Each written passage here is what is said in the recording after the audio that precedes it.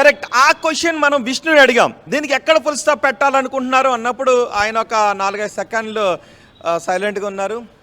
అంటే టైం చెప్తుందని. కానీ అది కాదు, వాళ్ళు కూడా మంచు మనోజ్ని ఎలా దారికి తెచ్చుకోవాలని. ఇంకొకటి ఏంటంటే ఆస్తుల గురించి కూడా మాట్లాడుతున్నారు. అఫ్కోర్స్ చట్ట ప్రకారం అదంతా మోహన్ బాబు కష్టార్జితమే అయితే, ఆస్తుల గురించి అయితే కష్టార్జితమే అయితే అది మోహన్ బాబు తన ఇష్టానుసారం ఎవరికి చేసుకోవచ్చు. ఎవరికి ఇవ్వాల్సిన అవసరం లేదు, కొడుకులకి ఇవ్వాల్సిన అవసరం లేదు, ఎవరికి ఇవ్వాల్సిన అవసరం లేదు. చట్ట ప్రకారం ఆ ధైర్యం అయితే మోహన్ బాబుకి విష్ణుకి కూడా ఉంది. ఒకవేళ ఎంత చేసినా ఆస్తుల కోసమే కాబట్టి ఒకవేళ ఆస్తుల గురించి ఆ విషయంలోనే ఎక్కడో చోట మనోజ్ కాంప్రమైజ్ అయ్యి రాకపోతాడనే ఆలోచనలో అయితే మంచు విష్ణు మోహన్ బాబు వీళ్ళంతా ఉన్నట్టుగానే మనకి అనిపిస్తూ ఉంది. సో సాయంత్రం ఏం చెప్తాడు మంచు మనోజ్ అయితే మాత్రం ఆస్తుల గురించి కాదు ఆత్మగౌరవం గురించి అని అంటూ ఉన్నారు. సో సాయంత్రం మనోజ్ ఏం చెప్తాడు అన్న దాన్ని బట్టి ఆ తర్వాత విష్ణు కానీ మోహన్ బాబు కానీ ఏదైనా ఒక క్లారిటీ ఇచ్చే ప్రయత్నం చేస్తారని కూడా చూడాలి. నిన్న మనోజ్ చెప్పిన దాని గురించి గుచ్చి అడిగినా కూడా ఎక్కడా కూడా విష్ణు వాటికి సంబంధించిన వివరాలను కొంచెం క్లియర్గా ఇవ్వడానికి ఆయన స్పందించలేదు. భార్యపైన దాడి చేస్తున్నారంటే లేదు, వీటికి సమాధానాలు చెప్పలేను.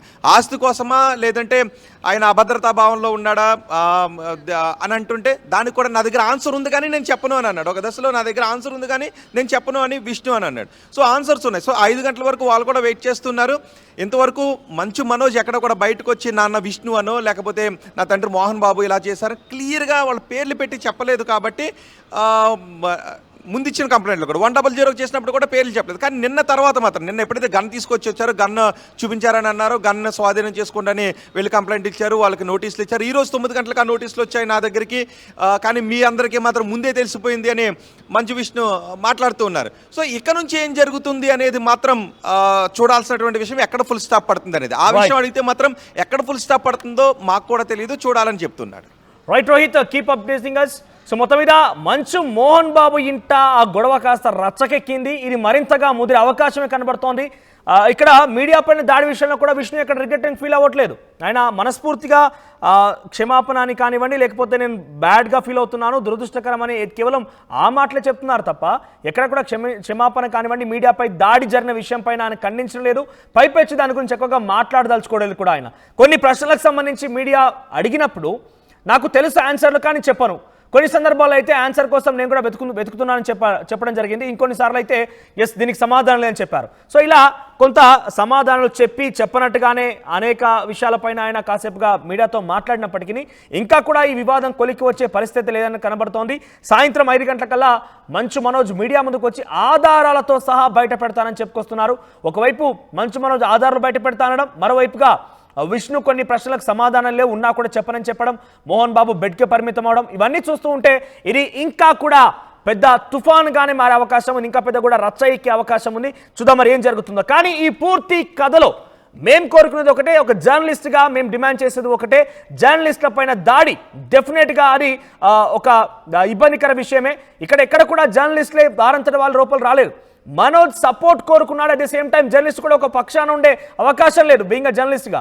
కానీ ఇక్కడ మీరు ఒక పబ్లిక్ ఫిగర్, సెలబ్రిటీ కాబట్టి మీ అంతటా మీరే రోడ్డుకి ఎక్కారు, పోలీస్ స్టేషన్కి వెళ్ళారు, డీజీపీని కలిశారు, ఇతరత్ర ఇవన్నీ సంఘటనలు జరుగుతున్నాయి. కాబట్టి ఆ వార్తా కవరేజ్కి వచ్చినటువంటి మీడియా జర్నలిస్టులపై దాడి చేయడం, వాళ్ళకి బెడ్కి పరిమితం అవ్వడం, వాళ్ళ అనారోగ్యానికి కారవడం, వారు ఒక రకంగా చెప్పాలంటే వారిని పూర్తిగా ఇబ్బందులకు గురి చేయడం. మీరు చూడండి, అక్కడ మైక్ తీసుకొని తలపై కొట్టాడంటే 3 ఫ్రాక్చర్ అయినట్టుగా తెలుస్తోంది. అది ఏమాత్రం కూడా సర్జరీ చేసినా కూడా పరిష్కారం దొరికినటువంటి ఆ గాయం, ఆ గాయాన్ని ఎవరు పరిష్కరిస్తారు? ఇక్కడ మీ మధ్య తగాదాలు, మీ కుటుంబం మధ్య కలహాలు, మీ మధ్య ఉన్నటువంటి ఆ గొడవలు కాస్త ఒక జర్నలిస్ట్ పైన దాడిని ఇప్పటికీ కూడా ఈ క్షణం వరకు కూడా కనీసం రిగ్రెషన్ ఫీలింగ్ లేదు, కనీసం క్షమాపణ కోరే అవకాశం కూడా లేదనంటే మీడియా పైన ఇంకా నెప్పనెట్టే ప్రయత్నం చేస్తున్నారు, సర్కస్ చేస్తున్నారు, బిగ్ బాస్ చేస్తున్నారంటూ, బిగ్ బాస్ షో చేస్తున్నారంటూ కూడా ఇంకా మీడియా పైన నెప్పనెట్టే ప్రయత్నం చేస్తున్నారు విష్ణు. సో ఏమాత్రమైనా కూడా డెఫినెట్గా దీనికి తగ్గట్టుగా క్షమాపణ చెప్పాల్సిందే అంటూ తెలంగాణ, తెలుగు రాష్ట్రాల్లో కూడా మీడియా జర్నలిస్ట్ అంతా కూడా పెద్ద ఎత్తున నిరసన వ్యక్తం చేస్తున్నారు. మోహన్ బాబుకి వ్యతిరేకంగా నినాదాలు చేస్తున్నారు. మోహన్ బాబు క్షమాపణ చెప్పాలంటూ కూడా డిమాండ్ చేస్తున్నారు. ఒకసారి మోహన్ బాబు హెల్త్ విషయం పైన డాక్టర్లు మాట్లాడారు, వారు ఏం మాట్లాడారు చూద్దాం. ఒకవేళ ఆయనకి ఏమైనా గాయాలు తగిలాయని అనేసి మేము ముందు ప్లాస్టిక్ సర్జన్ ఇమీడియట్గా రమ్మని చెప్పాము. సో వాళ్ళు చూశారు, ఆయన గురించి చెప్తారు. తర్వాత డాక్టర్ మూర్తి గారు, ఆయన కార్డియాలజిస్టు, ఆయన కూడా ఆయన మోహన్ బాబు గారిని ఎమర్జెన్సీ రూమ్ చూశారు. డాక్టర్ జగదీష్ గారు ఇంటర్నల్ మెడిసిన్ డాక్టరు, ఆయన కింద అడ్మిట్ అయి ఉన్నారు. సో అతన్ని ఇమీడియట్లీ సర్వే చేసిన తర్వాత అడ్మిట్ చేశాం హాస్పిటల్లో, బ్లడ్ ప్రెషర్ అంతా స్టెబిలైజ్ చేయడానికి. ఆయనకు ముఖ్యంగా కంప్లైంట్స్ అన్నీ మెడలో నొప్పి, కానీ శరీరంలో నొప్పి, ముఖ్యంగా ఈ కాల్లో నరానికి సంబంధించిన కొద్ది నొప్పులని చెప్పారు. సో దాంతోపాటు ఆయన మానసికంగా బాగా you know he was very upset. So ఎక్కువగా యాంగ్జైటీతో ఉండేసి మానసిక బాధతో ఉన్నప్పటికీ ఆయన he was not in a frame of mind to understand as to what is going on.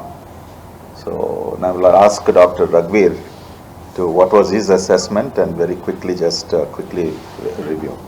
Thank you, sir. Speak louder.